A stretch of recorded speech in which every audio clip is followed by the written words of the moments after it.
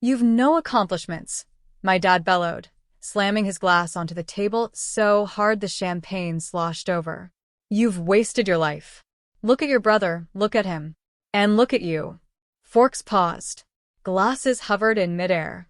Eyes locked on me, some with pity, others with pure amusement. And then cheers. My aunts, uncles, cousins clapping. Toasting to my brother's engagement, as if I didn't exist. I sat there frozen, my jaw tightening, my palms glued to my lap under the white tablecloth. My mother said nothing. She adjusted her necklace and smiled politely, not at me, but at the crowd. I wasn't even the afterthought. I was the inconvenience. My brother Evan stood tall in his tailored gray suit, arm wrapped proudly around his fiancée Danielle, Mississippi State real estate queen, apparently. Blonde, slender, perfectly rehearsed. The kind of woman my dad always wanted me to be. But I wasn't. And they never let me forget it. Let's be honest here, Dad continued. Madeline's 31, still renting a one-bedroom apartment, and what does she do again? Something with books. Editor, Dad, I murmured, my voice barely audible. He laughed. Editor. Oh right. The one who edits other people's real work. The guests roared in forced laughter, one of my cousins actually snorting into her drink. I felt it, a punch to the gut that wasn't physical, but it sure left me winded. Then came the line that did it. You'll never amount to anything, Dad spat. You've had your chances. Evan's the one we're proud of. He's built something. He's accomplished something. I felt the blood drain from my face, but I didn't move. Not yet. Then, through the awkward silence that followed, a sound no one expected, the slow screech of an old wooden chair against tile. Everyone turned. My grandfather, 79, sharp as ever, wearing his signature navy jacket with the silver pins, stood up. Not in anger, not in applause, just slow, deliberate, and calm. Then it's time, he said, his voice clear and heavy. I show you all what she's been hiding. The room froze. Even the string quartet in the corner stopped mid-song. My dad blinked. Dad, what are you? Sit down, my grandfather said to him. All of you. Sit down. Something in his tone made even the smug ones shut up. My brother's fiancée clutched his arm tighter, and Evan, for once, didn't look so confident. Grandpa reached inside his coat pocket and pulled out a folded stack of papers, slightly worn, clipped together. Let me tell you what your unaccomplished daughter has really been doing. He looked at me and nodded. My chest tightened. My secrets. The ones I never planned to share. He turned back to the table. For the past 6 years, he began, Madeline's been running an anonymous grant fund. It's helped over 240 young women in underprivileged areas get into college. She's personally reviewed every application. She's helped them navigate loans, tuition waivers, even paid their housing with her own salary. Gasps. Then silence. Even the clinking of cutlery stopped. She's also ghost-edited 7 nonfiction books, 5 of which became bestsellers, he added. Books her company took credit for. Do you know how much they paid her? Barely enough to cover rent. But she did it anyway. I felt my stomach twist. I hadn't wanted anyone to know. Especially not them. Grandpa raised the final sheet. And this is the incorporation certificate for her own publishing house. Signed. Filed. Ready to go live next month. She built it in secret. No outside funding. Every dollar she made from editing, she saved. Quietly. Relentlessly. He looked at my father. So tell me again, who in this room has no accomplishments? No one spoke. My dad looked like he'd swallowed a brick. I was still seated. Trembling. Exposed. Then my grandfather turned to me and said gently, Stand up, Maddie. I stood. You should be proud of yourself, he said, and then turned to the crowd. All of you should be ashamed. The room was heavy. No one touched their drinks. My dad's face had gone pale, like the words had cracked something open in him, and he didn't know how to seal it back shut. My fingers were still trembling, but I stood there. Every breath in my lungs felt louder than the silence in that hall. Madeline, My grandfather said softly. Do you want to say anything? I opened my mouth, Closed it. then lifted my chin. Not really, I said, voice dry. I think the truth said enough. Danielle shifted in her heels, her arms still wrapped around Evan like a polished ornament. Well, she started, with a laugh that didn't land, that's impressive. Really? But let's not make the engagement party about the daughter your future father-in-law just humiliated? Grandpa snapped. The woman this family's ignored, insulted, and mocked for years? Danielle's lips flattened. It's not your fault, I said to her. You don't know what it's like. I don't, she replied, eyebrows lifting. My dad was a rancher in Texas. I scrubbed trucks to afford my degree. I raised a brow. And yet you didn't stop Evan when he joked about me being the librarian in a dead-end dress. You laughed. Her mouth opened and closed again. Grandpa clapped once. All right. Enough ceremony. We've lifted the rug. Seen what's beneath. Dad finally said, clearing his throat. I didn't know she was doing all that. You didn't ask, I said flatly. He stood now, too. We're not perfect, Maddie. But if you'd told us. I did. I snapped. Do you remember 4 years ago, when I said I was thinking about starting my own imprint? You laughed. You said, don't waste your money on a hobby. Mom said I'd need a man to fund it. I never, Mom began, face flushing. You did, I said quietly. It was during Christmas. I remember, because I spent the rest of the night cleaning the dishes while you all watched reruns in the den. The room stayed frozen. My brother finally spoke. Look, maybe you've got something going now, okay? But this doesn't mean I did anything wrong by succeeding. I worked for what I have. No one said you didn't, Evan, I replied. But your success was never held up as a weapon to beat you with. Mine was always invisible. Until now. He scoffed. This feels like a staged moment. Staged. Grandpa boomed. Do you think I'm a prop in your little country club drama? Evan winced. No, that's not. I watched this girl grow up under your criticism, Grandpa said, glaring at my father. Every day, you chipped away at her confidence. You called her quiet. Weak. Said she was soft. He turned to me again, his eyes fierce. But you've been stronger than any of them. I finally breathed. Deep. Shaky. Then I stepped around the table and walked out. I didn't run. I didn't break down. I just left. Let them sit with it. Let them taste their own silence. I walked to the balcony. The garden outside was lit with soft yellow fairy lights. Below, guests mingled and laughed, unaware of the tension on the top floor. Maddie. I turned. Grandpa. You all right? He asked. I will be. He nodded. They'll never see the same again. I don't want them to, I said. I'm done letting them tell me who I am. He handed me something. A velvet pouch. What is this? Open it. Inside. A single gold key. What? It's the spare to the loft I've kept in Manhattan, he said. Fully paid. I never sold it. I always thought I'd give it to someone who deserved a clean slate. Grandpa, I can't. You already earned it. This isn't a gift. This is overdue justice. I stared at him. My voice broke. Why didn't you tell me you were watching all this time? I was waiting, he said. Waiting for the day you'd stand tall even when they tried to bury you. And tonight you did. Back inside, the party stumbled on. Toasts resumed. But something had shifted. I walked back in long enough to take one last look.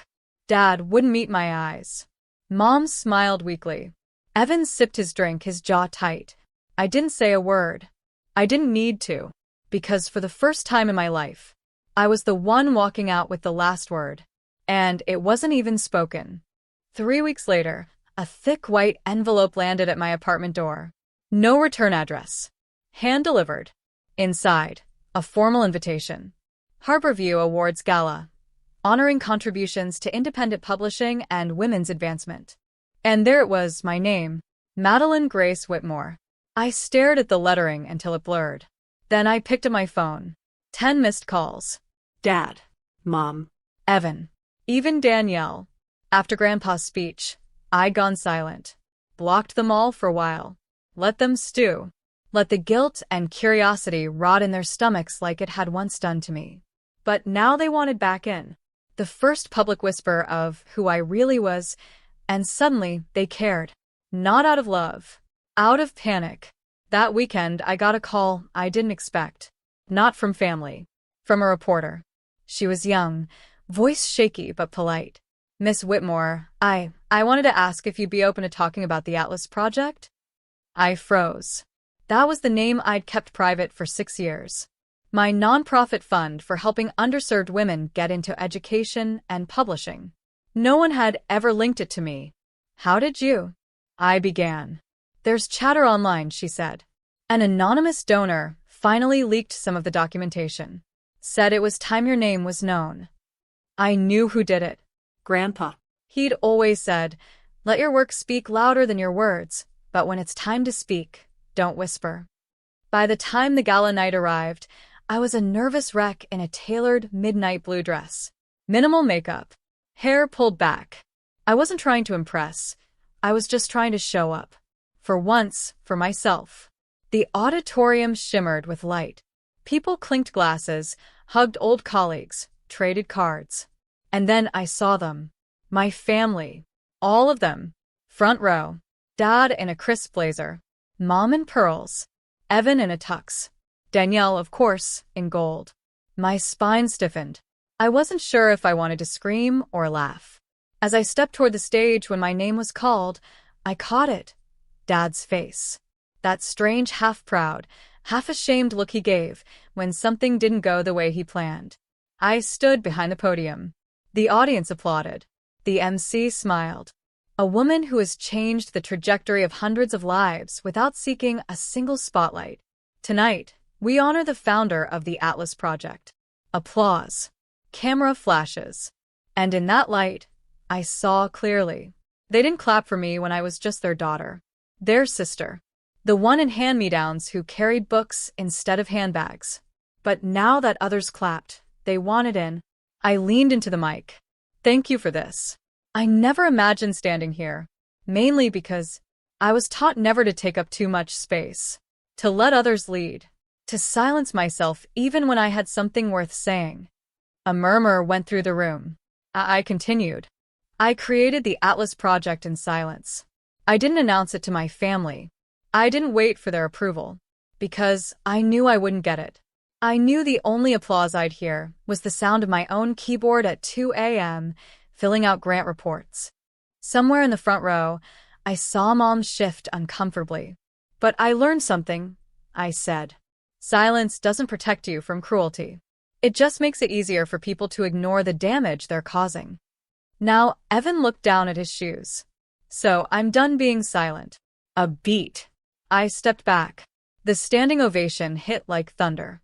After the gala, I didn't wait for them to corner me. But they followed. In the hallway just outside the dressing area. Madeline, Dad called, his tone now lower.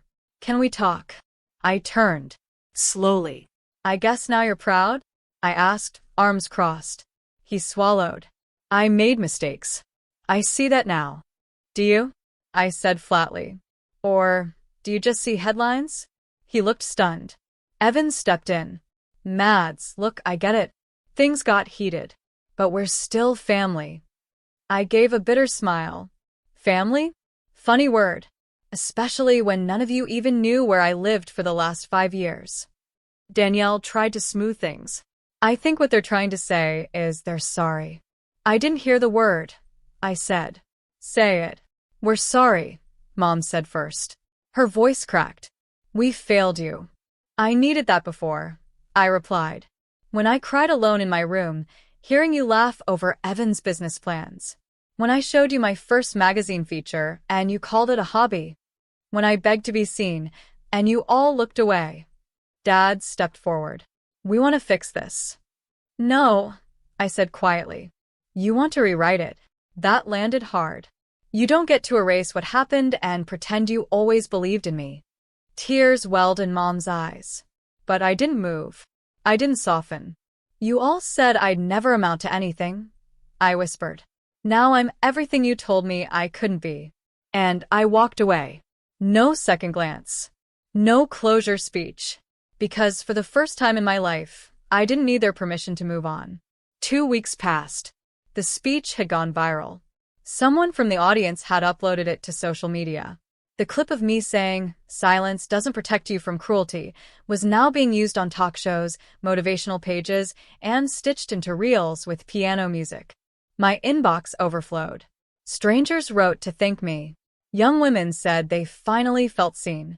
A teacher from Oregon sent a message saying she used my words in her classroom discussion about resilience. But the messages from my family? I ignored them all. Until Grandpa called. "Maddie," he said, voice low, "you should come home. Just for an hour." I knew what that meant. He wouldn't ask unless it mattered. The house felt the same. White porch. Same rusted mailbox. Same old rug in the hallway, with that frayed corner no one ever fixed. But this time, when I stepped inside, the energy had changed. They were waiting. Dad. Mom. Evan. Danielle. And someone I hadn't seen in years. Uncle Ray. The family black sheep. At least that's what I was always told. But now he looked straight at me. And nodded. Grandpa stood beside him. "There's something they need to hear," Grandpa said.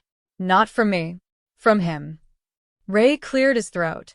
"You were 7 when I tried to send you a letter," he said softly. "Do you remember?" I blinked. No. "That's because they never gave it to you." He held up an envelope. Old. Faded, with a sticker of a rainbow on the back. "I sent gifts too.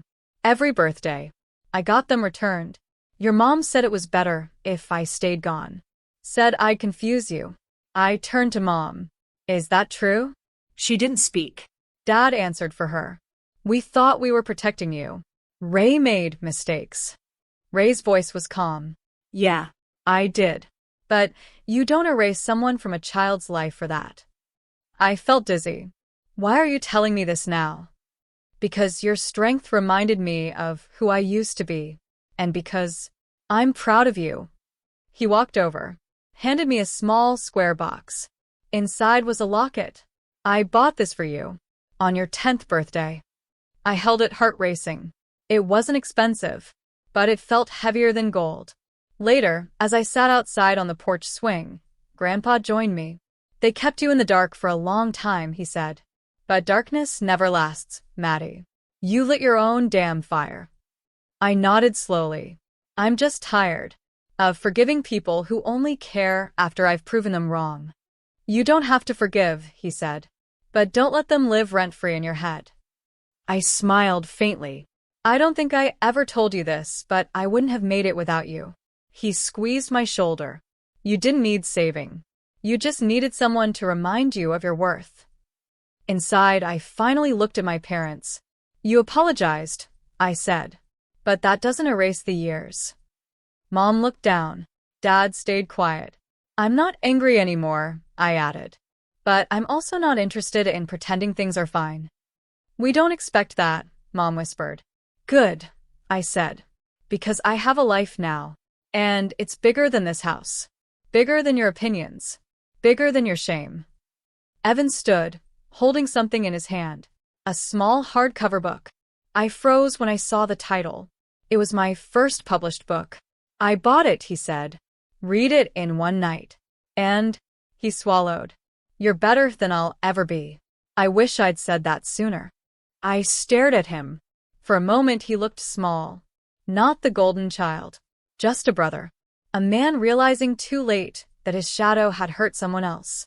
"Thank you," I said quietly. "But it doesn't change who I had to become to survive you." Spring came quickly that year. Warmer days. Brighter skies. And somehow, even the city felt lighter, like it knew I was finally breathing differently. My publishing house, Whitmore Inc., launched quietly but spread fast. The stories I chose to release weren't commercial hits. They were real. Raw.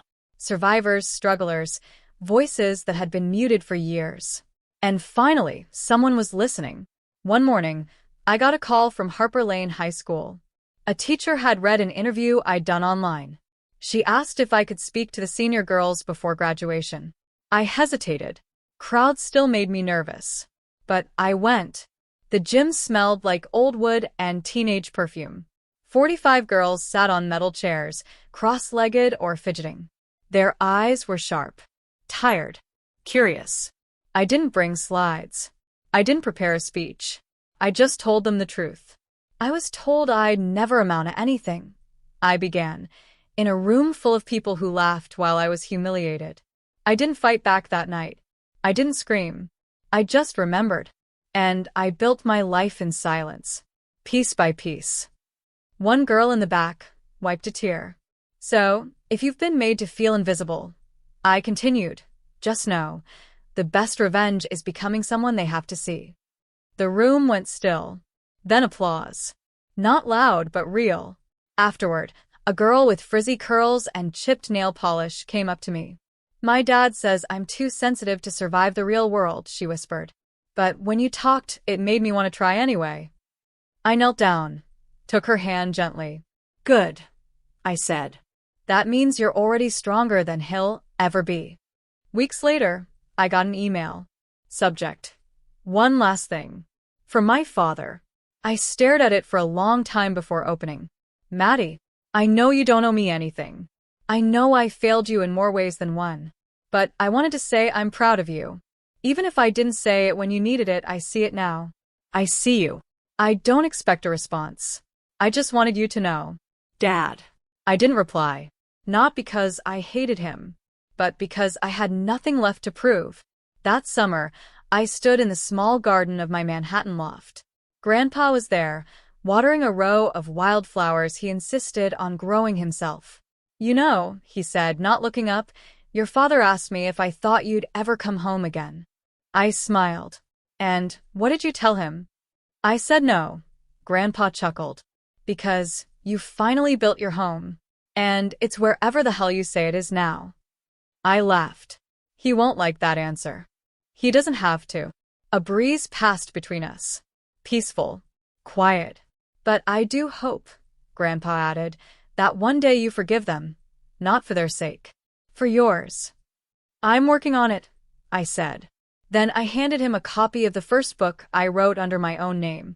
He read the title, The Girl They Almost Erased. His eyes welled up. You did it, he whispered. No, I said. I am doing it. And I meant it. Final scene, 1 year later. The engagement party was long forgotten. But one headline lingered. Woman who was told she'd never amount to anything now owns the company that rejected her first manuscript. My phone buzzed. A message from Evan. Saw the article. I know you don't want to talk. But I just wanted to say, I get it now. I really do. I didn't respond. Instead, I closed the laptop. Took my coffee. Sat on my balcony, overlooking the city I'd once felt too small in. And I whispered to no one but myself. I'd choose me this time. Because the girl they once dismissed, she never left. She just got tired of asking for a seat at the table. So she built her own. And she wasn't taking names. She was rewriting them.